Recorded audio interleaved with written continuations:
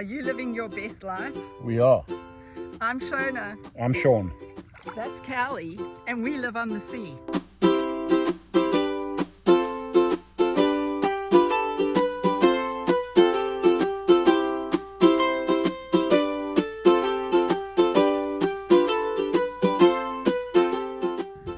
Alright, so this is our dinghy.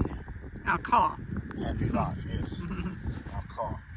So, if you're going to boat and stay out on anchor or on the hook as we all call it, this becomes basically your lifeblood. When we were buying a dinghy, I got some good advice at the time, and I think I'm going to pass this advice on. Get the biggest, fastest dinghy that you can get your hands on at the time. Okay.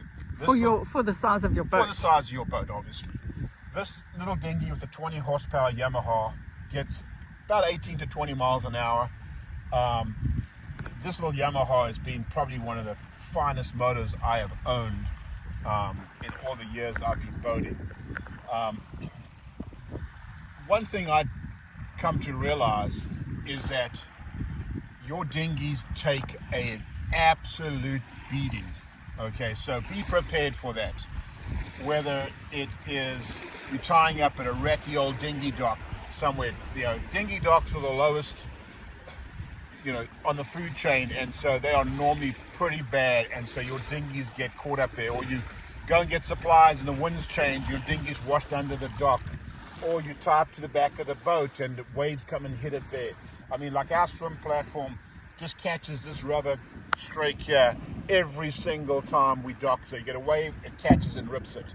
So be prepared that your dinghies are going to get abused and take a beating. But it is your lifeblood. And, we go run and get supplies. If we've run 20, 30 minutes sometimes to go get supplies. And without it, we could not live the lifestyle on the water we do. So, this old dinghy is taking a beating. It's, we've had it for 6 years. It gets the job done, and we're hoping to replace it soon for something a little bit bigger. But at the end of the day, it is probably one of the most important purchases you can make to go along with your boat.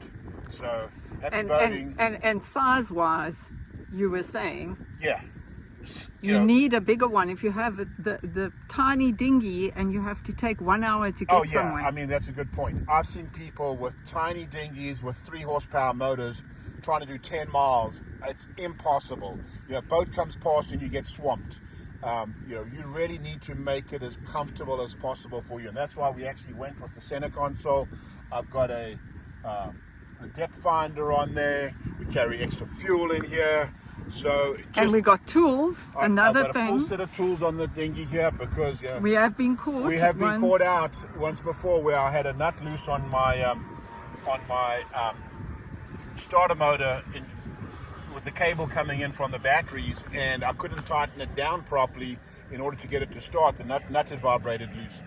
So kick out your dinghy. It's really important. It's a vital part of boating. And we have the slimline life jackets. Yeah, life jackets are right there. We've got the slim life jackets, the inflatable ones.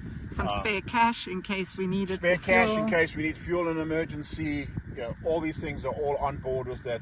And oars in case you have to row. In case you need a row.